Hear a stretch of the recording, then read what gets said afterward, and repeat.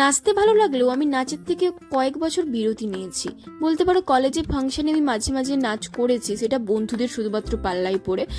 আজ অনেক দিন পর একটা পাড়ার ফাংশনে আমি আর বৈশালী নাচতে চলেছি, বলতে পারো 1 ঘন্টায় পুরো নাচটা তুলেছি।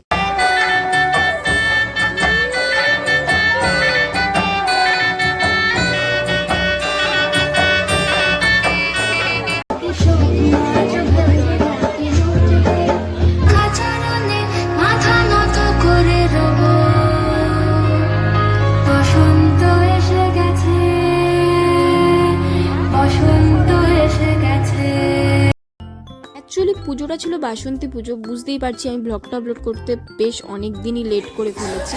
আমাদের নাচ কেমন হয়েছে একটু রিভিউ দাও। খুব সুন্দর হয়েছে। ফার্স্টে আনফরচুনেটলি যেতে পারিনি দেখতে, তো জানলাতে দেখে নিয়েছি, পরেরটা দেখলাম, খুব ভালো হয়েছে। Thank you. আমাদের নাচের রিভিউ দাও। ভালো ছিল।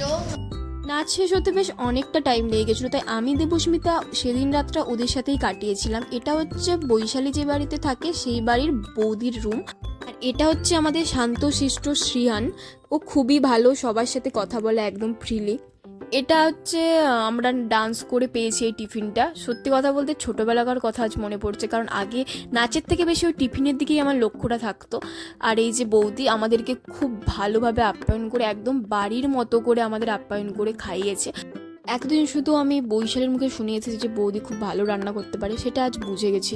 সো আমরা তারপর সকালে উঠে কলেজের জন্য রওনা হলাম। আর তোমরা কিন্তু আমাকে জানিও নাচটা আমাদের কেমন হয়েছে। টাটা।